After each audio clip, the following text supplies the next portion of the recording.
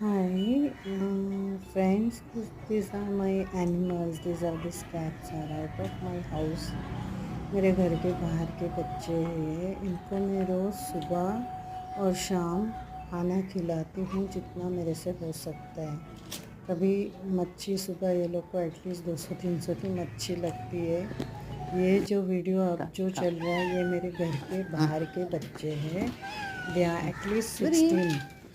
अभी मतलब almost 16 and I have 4 inside my house. तो ये मेरी ज़िम्मेदारी है क्या, ये 20 बिल्लियों का एटलीस्ट मुझे मेरे घर के पास खिलाना पड़ता है सुबह शाम। एंड और अभी आगे जो वीडियो आएगा ये ऊपर एक चर्च है, उधर जाके खिलाती हूँ। ये जो वीडियो चल रहा है ये ऊपर चर्च है, वेलिंगटन में चर्च, उधर जाके खिलाती हूँ। वहाँ पे भी ऐसे काफ़ी बच्चे हैं, 15-20 के आसपास है। कुत्ते भी है, कुत्ते के बच्चे भी है। और फ्रेंड्स, जहाँ मेरे पास पैसे नहीं है, मुझे फाइनेंशियल बहुत प्रॉब्लम्स आ जाते हैं और मुझे बहुत दया आती है ऐशु जानवर ऐशु come here. मैं कुछ नहीं कर सकती ऐशु हूँ। At least come here baby.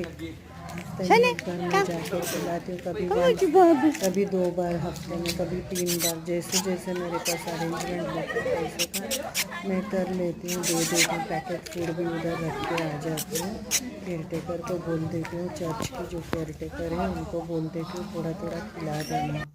तो ये बच्चों को निखत प्लीज़ केरेला पण खिलाने में टाळ्या मुझे वाजवूया. मदद करो। मैं नहीं बोलती तो पैसे ही दो, मुझे मराठीच्या अगर आपको पेपरमध्ये ते खाना पास झालेले खिलाना है आहेत तो आणि दीजिए। 29ला त्यांचं गुरु दिशा निखत दिन तुम्ही त्यांचं नाव पुढे पाठवायचं आहे.